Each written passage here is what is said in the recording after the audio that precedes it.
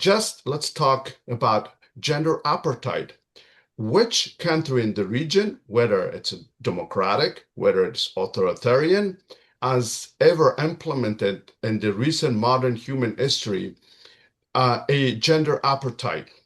Yes, you had a racial apartheid in South Africa, which ended, but no gender apartheid. More or less, women are participating in the polity, economy, and society.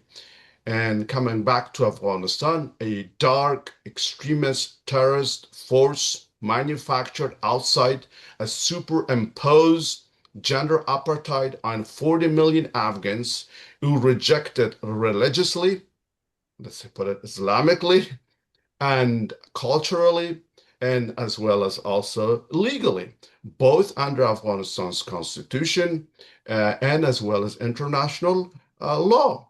And the region knows that in Afghanistan, under a gender apartheid regime, where thousands and hundreds of Afghan youth, as we speak, and over 20,000 madrasas are today being radicalized, in 5 to 10 years will have serious implications for the countries which have traditionally sponsored the Taliban.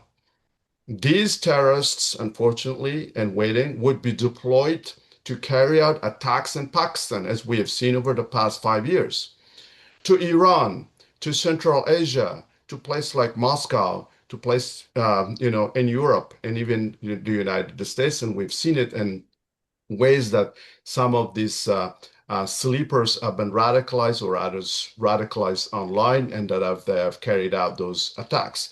So another 9/11 from Afghanistan should be expected, and a lot more than before 9/11 last time, given the status quo in Afghanistan. And that's why the status quo can be rationalized.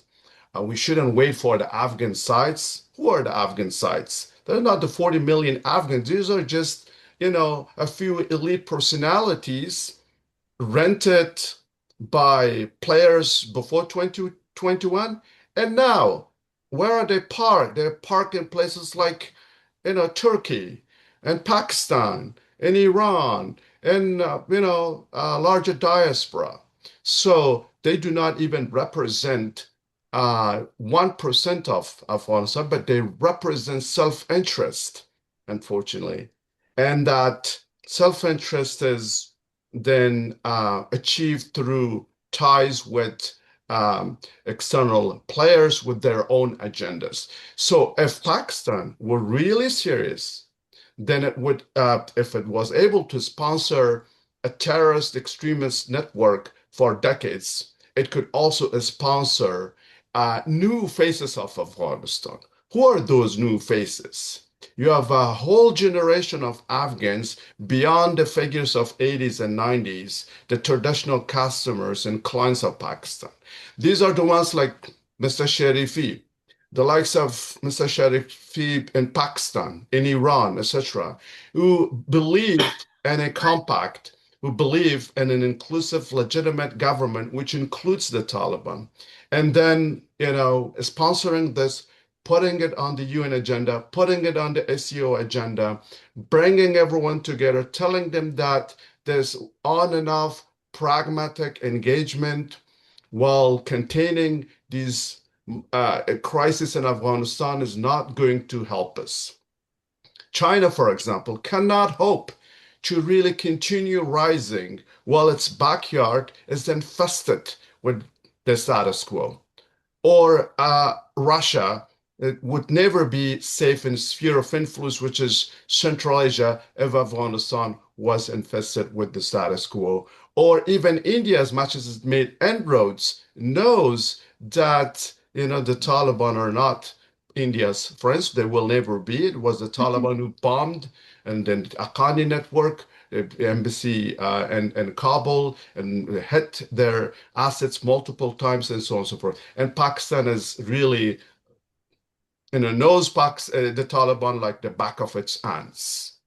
It maintains influence, it maintains contacts, it maintains deep connections with the Taliban. And that's why, again, Pakistan is best positioned to help rationalize the status quo through a collective regional process that helps put an end to the status quo, enlisting those Taliban that are reconcilable, that believes in a safe region and a stable region and international laws and the UN Charter and the Afghan culture and Islam. Islam is all about tolerance. Islam is all about coexistence.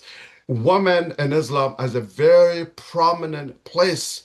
Prophet Muhammad, peace be upon him, worked for his wife.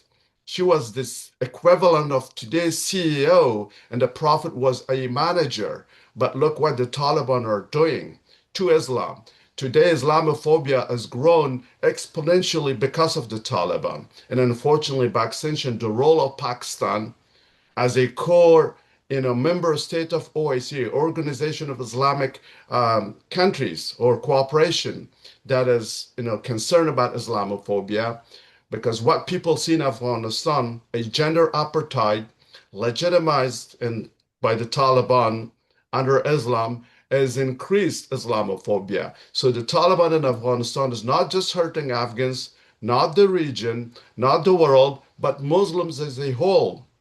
And as we're talking about over 1 billion population, because each time you go to the airport, the security people, the immediate thing that comes to their mind is the behavior of the Taliban with Afghan women, which we daily watch on TV, or 9/11, or other instances. So to bring it back, let's not, shift any blame to these few fragmented, rented client individuals parked outside. Let's, sponsor a process and let's bring institutions of the world, that's UN and the region and the shared interests within Afghanistan that is at peace itself, with peace with the region, based on those three core principles: non-interference, non-use of Afghanistan's territory for terrorism, and formation of an inclusive and legitimate government where the Taliban will be one party. Can Pakistan do it? Pakistan can do it. I congratulate Pakistan on the role it has played mediating between US and Iran, tapping its relations with GCC, with China, of course, with the United States, with Iran itself. Again, in case of Afghanistan, it's even in a better position to initiate the launching of a regional compact for Afghanistan's stabilization.